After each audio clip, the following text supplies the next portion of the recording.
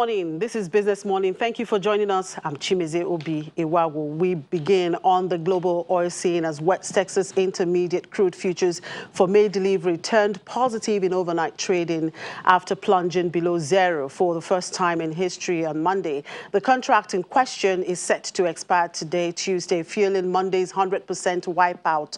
The May contract in early Tuesday trade traded at $1.55 per barrel after earlier trading at negative $14.04 per barrel, meaning traders would effectively pay to have the oil taken off their hands. As the contract approaches expiration, trading volume is typically thin, as longer-term contracts can be more indicative of how Wall Street views the price of oil. The most active contract for June delivery traded 4.8% higher at $21.41 per barrel. The July and August contracts were also firmly above the $20 level. All right, let's get a sense of what the implications of these developments might mean for the oil industry and, of course, Nigeria. I'm being joined by the Chairman, CEO, International Energy Services, Dr. Diro Fawibe. Good morning, Dr. Fawibe. Thank you for joining us. Good morning to you, Chimeze. Now, for the first time in history, yesterday the oil futures spot and forward were in disarray with settlement trading negative. What does this mean for the oil industry, for OPEC and Nigeria in particular? Well, we should not misunderstand what is actually happening. Where it is the platform where the oil is trading negatively is on the New York Mercantile Exchange. That's the platform for which future transactions, tend to take place. That is, it's a speculative platform for trading in oil.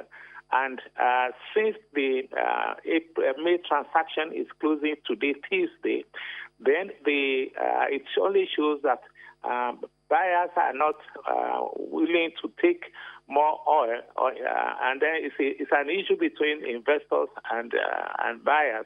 That is, there is no more storage to take additional oil, during the period of May for the paper transactions that used to be traded, on the New York Mercantile Stock Exchange, and that is why you are having negative transactions. I've got a lot of people saying that, causing people will take our oil at zero price, and that's it's born out of some misunderstanding about the mechanism of trading oil. But of course, what happened there is unprecedented in terms of negative value for oil. But it's basically, future transaction or future market for oil that will be delivered in future, but it's usually held up in paper form. We might likely see this kind of move on Brent. It's not only for Nigerian, for any particular, for U.S. crude, which is West Texas, but any particular crude, that is traded, in that on that platform, and then between the buyers and investors on the platform, could actually have that type of fit. But the U.S.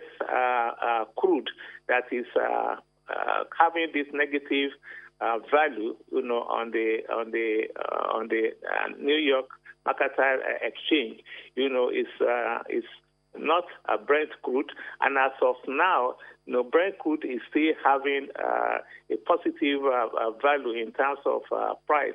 But what it illustrates primarily, and what people should take out of this, is that there's no storage, for additional crude, in the world market. It shows that the world market is heavily glutted, with oil, and the agreement reached between OPEC Plus and has not been able to take off, enough barrels of oil from the world market. Now, as you could record, there was agreement for about 9.7 million barrels per day of oil to be taken out of the market, and then which could actually be reduced to 7.7, in June. But the agreement was for May and June, but July, at a much reduced rate. But the truth of the matter is that this has not been enough to be able to remove excess oil from the market. And it goes to show that, the oil market is going to have a lot of problems, given the fact that the factories are short, the airlines are not working to take oil, the factories are not working to take oil, and even transportation, which used to take substantial part of crude, everybody is indoors. So this is what is playing on the oil market, whereby the price of oil, is at this level because there's no demand for oil. When there's no demand for oil, the storage will be full and nothing is taken out of it. So that is precisely what is happening.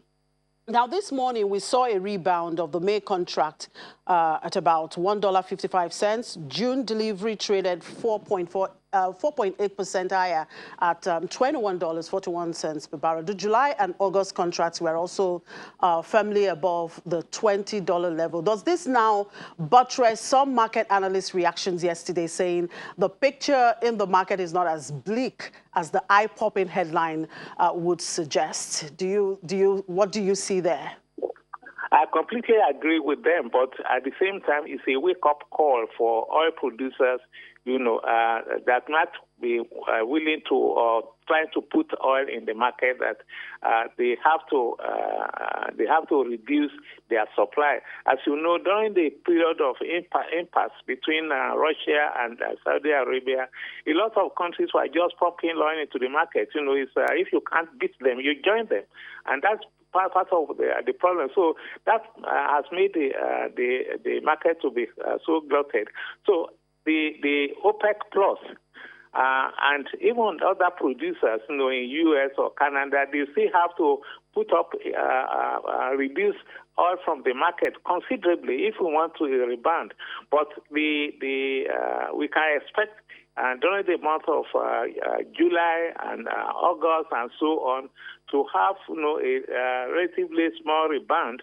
So the situation is not as bleak as the situation yesterday when people were thinking that, the price of oil now is selling at zero. The price of oil is zero level, and that nobody will take oil at all. As of today, the price is still going above around $20 per barrel. Maybe from the Bonnet Light is somewhat less, but in the future months, there will be a rebound. Maybe not as much as $30 or $35 that we were projecting, but that is provided, some oil is still removed from the market, running to about 20 million barrels per day. So the OPEC countries, and especially the major producers, they still have to do much more than they did when they reached agreement, on April 12th. Now, is it about the cut in production? Will that help countries such as Nigeria and, of course, other producing countries mitigate the risks and, of course, probably hedge against this happening again in future? Well, you see, for Nigeria, we know these two words, over the past few months that we are in a long night, whereby the revenue from oil, will reduce considerably, and that's why the budget has been reduced. Of course, there has to be a hand on the finger on the button for oil revenue and the budget. What we might have projected before in terms of expected revenue to drive the budget may not be realized after all. So, and the whatever we have now should be flexible enough for reduction. Calling for cutting off of the unnecessary expenditures. We have to engage in three critical expenditures that will drive the economy in the various aspects of the sectors of the economy. So it's a very delicate situation in which we are, but the only solace we can have is that it doesn't apply to Nigeria alone. It applies to other countries, although we may depend on oil, very much, but it's not affecting us only. So our leaders will have to take a critical look at the revenue that may be coming and apply the foreign exchange component, to critical expenditures that will drive the economy, in the near future. All right, thank you very much for your time, Dr. Diro Fawube, the CEO, International Energy Services Limited.